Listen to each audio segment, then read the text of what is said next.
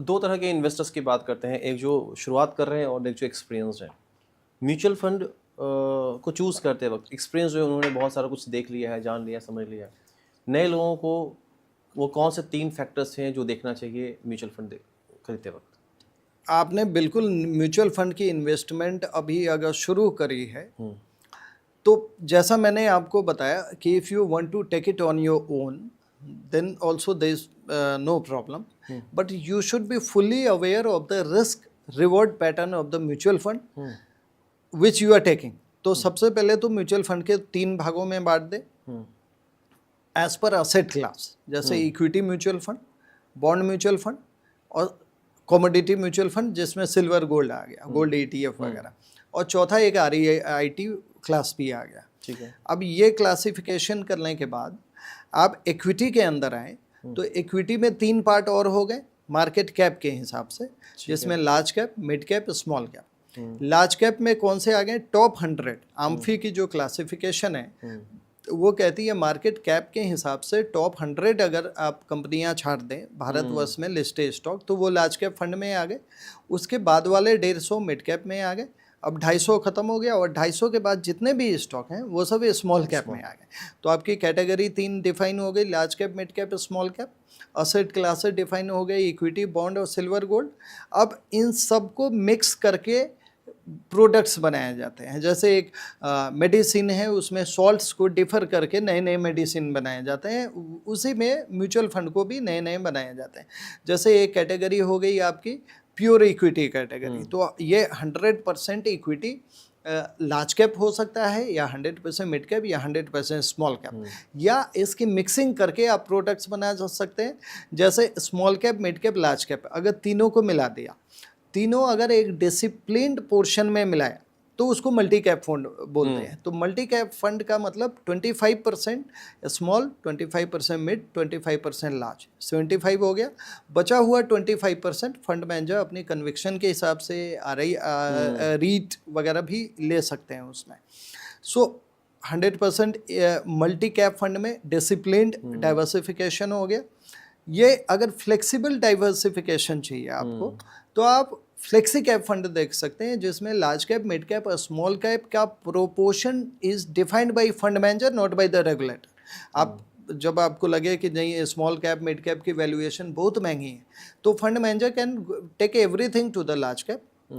When he sees that large cap के बनिस्बत small cap, mid cap में गुंजाइश रिटर्न की बहुत ज़्यादा है, so he can shift the portfolio towards small cap, mid cap. So it's entire flexibility of the fund manager to do. So that is within equity आ गए। अब आप इक्विटी और बॉन्ड को अगर मिक्स करके बनाएं, तो उसको से हाइब्रिड कैटेगरी जनरेट होती है। हाइब्रिड में 3 डाइवर्सिफिकेशन कर ले, conservative hybrid, moderate hybrid, aggressive hybrid.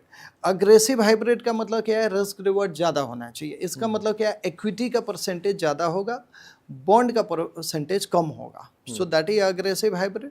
जैसे इक्विटी एंड डेट फंड होते हैं, हर कंपनियों के पास है, तो वो अग्रेसिव हाइब्रिड फंड में आते हैं। इसमें रिस्क और रिवॉर्ड दोनों ज़्यादा रहेंगे रिलेटिव टू मॉडरेट। अब देखिए, म्यूचुअल फंड हो या स्टॉक मार्केट की दुनिया हो, हर जगह return is relative, it's not absolute. So relative to equity 100% return, the return of hybrid fund will be lesser, then the risk will be lesser. That means the volatility will be lesser. Now inside hybrid, aggressive will have more return and more risk, moderate will have moderate, and the conservative hybrid will have lesser risk, and that is why lesser return also. So ये 3 category आपके define हो गए hybrid के अंदर। इसके बाद sectoral categories होते हैं। जैसे मान लीजिए इकोनॉमी को आप IT sector, pharma sector, real estate sector, technology sector, banking sector, अलग अलग में डिवाइड कर लिए। और एक पर्टिकुलर सेक्टर में अगर निवेश हो रहा है, जैसे बैंकिंग में हो रहा है, तो बैंकिंग का सेक्टोरल फंड हो गया। IT में हो रहा है तो IT का सेक्टोरल फंड हो गया। रियल एस्टेट में हो रहा है तो रियल एस्टेट नाम से फंड हो गया। और एक लास्ट कैटेगरी थीमेटिक कैटेगरी आ गई, जो इसमें एक थीम पकड़ लिया। जैसे मान लीजिए हाउसिंग इज अ थीम, तो हाउसिंग में रियल एस्टेट डेवलपर्स भी आ जाएंगे। घर बनाने में क्या सामान की ज़रूरत होती है? इलेक्ट्रिक इक्विपमेंट्स, तो इलेक्ट्रॉनिक सेक्टर भी आ गया, उसमें सीमेंट चाहिए तो सीमेंट वाले सेक्टर भी आ गए, उसमें मैन्युफैक्चरिंग सेक्टर, स्टील का भी काम है, कंक्रीट का काम है। तो एक पर्टिकुलर थीम आपने पकड़ लिया तो उस थीम के अंतर्गत जितने भी बिजनेस स्टॉक्स वगैरह आ गए उनको थीमेटिक फंड कहते हैं। ठीक है। सो फिर आपका फेवरेट सेक्टर या फेवरेट सेगमेंट या फेवरेट फंड कौन सा है, उसके हिसाब से आप चूज सकते हैं, और आपको क्या रिस्क लेना है और क्या रिटर्न चाहिए अकॉर्डिंगली। अगेन देखिए, फेवरेट तो सबका वही होगा जो रिटर्न ज़्यादा देगा, और जो रिटर्न की परिभाषा है वो अगेन साइक्लिकल है। आप पिछले 5 सालों में आपका favourite small cap mid cap था, PSU था, डिफेंस था, बहुत अच्छे रिटर्न दिए उसने।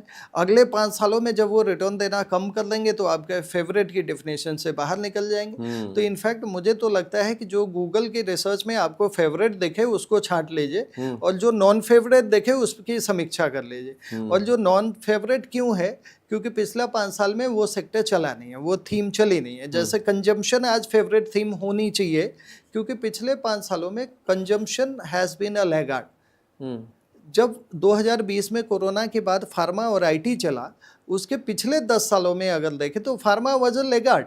So something which didn't deliver a good performance in the last 5 years, Google will tell it most unfavorite, but that should be your favorite if the scope of generating more returns in future is quite high.